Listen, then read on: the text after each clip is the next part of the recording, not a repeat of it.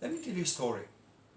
Some decades ago, the great physicist Max Planck was touring Germany, giving a talk on quantum mechanics.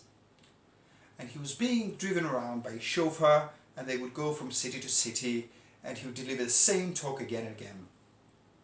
Now at some point, his chauffeur, he got bored.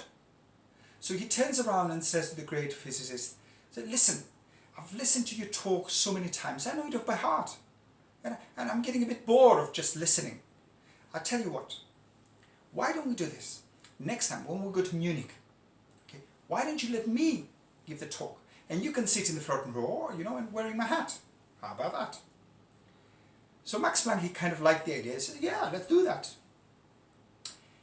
So they did.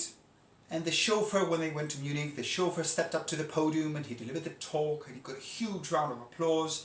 But at the very end, there was this old professor and he put up his hand at the back to ask a question on quantum mechanics.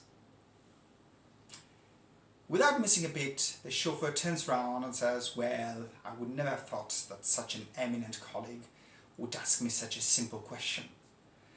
I tell you what, I'm not going to answer the question myself, but my driver, he's sitting here in the front row, he can answer it for me."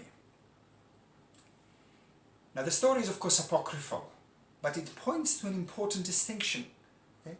There are two types of knowledge. There is real knowledge and there is chauffeur knowledge. And sometimes it can be hard to tell the difference. So this is the tip. When you're following somebody, when you take somebody's advice, make sure they know their stuff.